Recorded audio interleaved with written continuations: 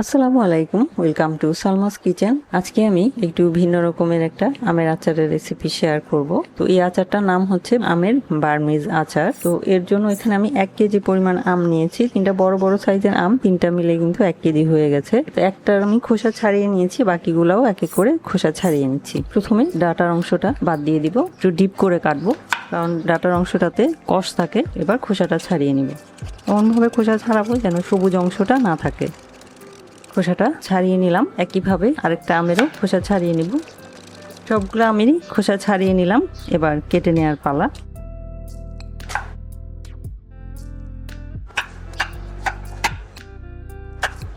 কেটে নিলাম। একইভাবে আরেকটা আমও আমি কেটে নিচ্ছি। এটা আটিটা একটু শক্ত, এটাকে একটু প্রেসার দিতে হচ্ছে। তবে আটিটা একটু শক্ত হলেই আচারটা বেশি ভালো হয়।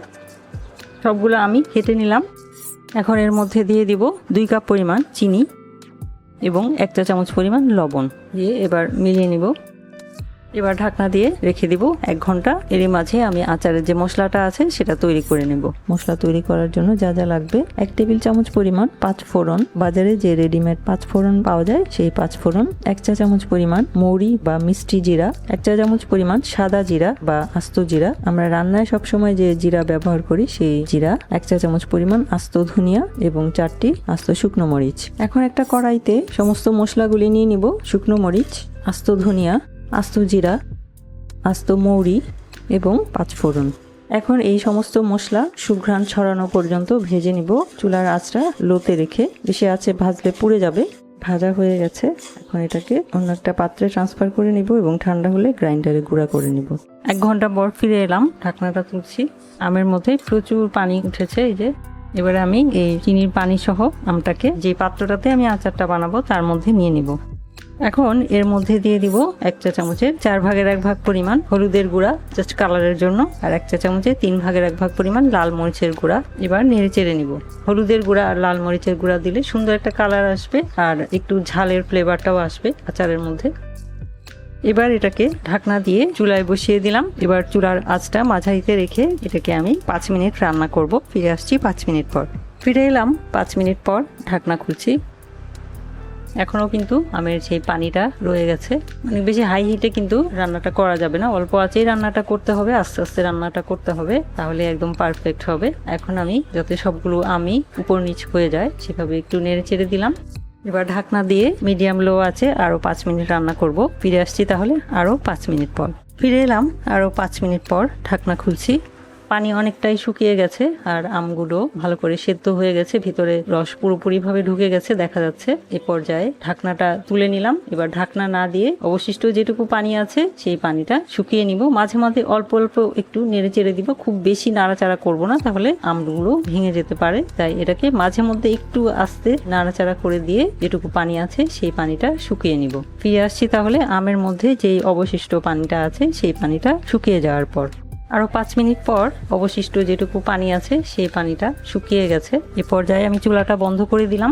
সেই সাথে যোগ করব 1 চা চামচের 3 ভাগের 1 ভাগ পরিমাণ বিট লবণ, সেই যে মশলাটা নিয়েছিলাম সেই মশলাটা, এবং শুকনো মরিচটাকে আমি হাত দিয়ে গুঁড়া করে নিয়েছি সেই শুকনো মরিচটা।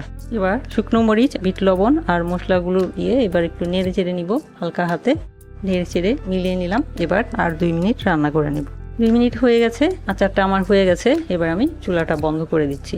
এবার পরিবেশনের পালা। যেহেতু আমি গরম গরম পরিবেশন করছি, আমি একটা প্লেটে সার্ভ করছি। তো সাধারণত আচার যেই হাঁড়িটাতে রান্না করা হয় সেখানে রাখা উচিত না, এতে করে আচারের স্বাদটাও নষ্ট হয় এবং যেই হাঁড়িটাতে রান্না করা হয় সেটাও নষ্ট হয়ে যায়। তার জন্য গরম গরমই যে কোনো একটা পাত্রের মধ্যে আচারটা নিয়ে নিলে পরে শুষ্ক পরিষ্কার বয়মে রাখতে পারলে বেশি সুবিধা, অথবা যেখানে আপনি সংরক্ষণ করবেন সেটার মধ্যে ঢেলে নিলেই তাহলে আচারটা সংরক্ষণের জন্য উপযুক্ত হবে। তো আমি এই জন্যই সবসময় আচার বানিয়ে গরম গরমই একটা কাচের পাত্রের মধ্যে নিয়ে নিই এবং পুরোপুরিভাবে ঠান্ডা হলে তারপর আমি যে কোনো একটা পরিষ্কার শুকনো বয়মের মধ্যে রেখে দিই। একটু একটু মনে হচ্ছে যে গ্রেভি আছে, এটা কিন্তু আস্তে আস্তে আচারের গায়ে লেগে যাবে ঠান্ডা হতে হতে, এবং এই কারণেই এই আচারটা খেতে অনেক বেশি মজা হয়। তৈরি হয়ে গেল কক্সবাজারের বার্মিজ আচারের স্বাদে একদমই সিম্পল আমের বার্মিজ আচার। আচারটা দেখে মনে হচ্ছে একটার গায়ে একটা লেগে গেছে, কিন্তু প্রতিটা পিস আলাদা আলাদা।